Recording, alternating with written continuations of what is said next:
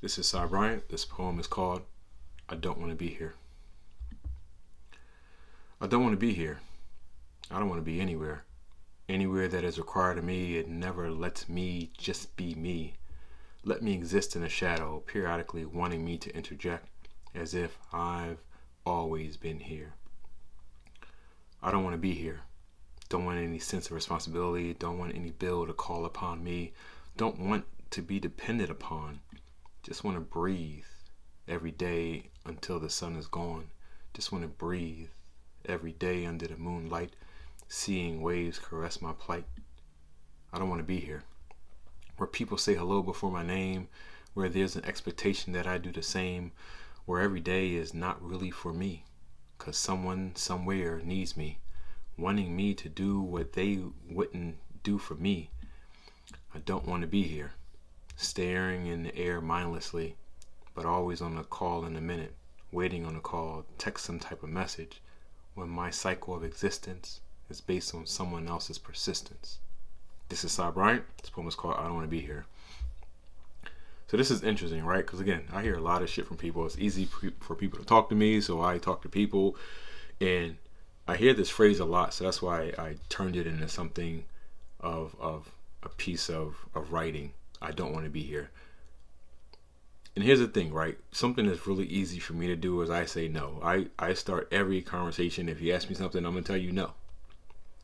It's almost like no allows us to negotiate about my involvement and your involvement and what the expectation is on when, where, and what is the expectation. I treat everything like work, unfortunately. It's my own fallacy, right?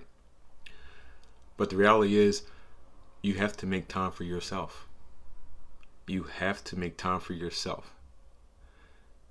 We all have the same exact number of hours every single day.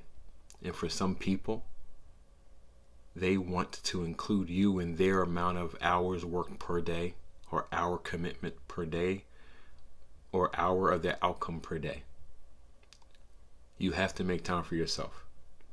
So there's a old financial saying, right? You pay yourself first. You always give yourself money first, then you pay your bills, and then you see what's actually left.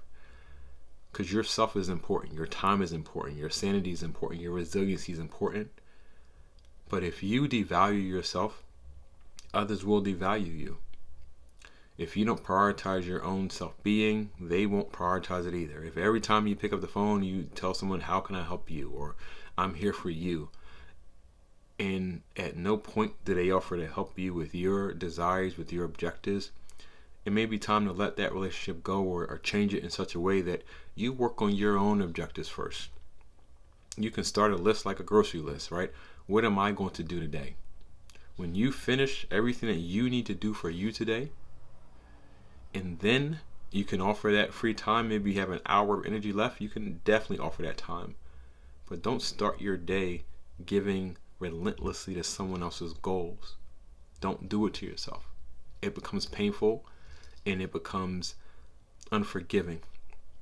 All that being said, I'm going to say as a father, your life is different, right? As a parent, you absolutely have to sacrifice yourself more beyond belief to help your kids in their success in their foundation building. So beyond your kids and those you truly love that are not out taking advantage of you, always make time for yourself first.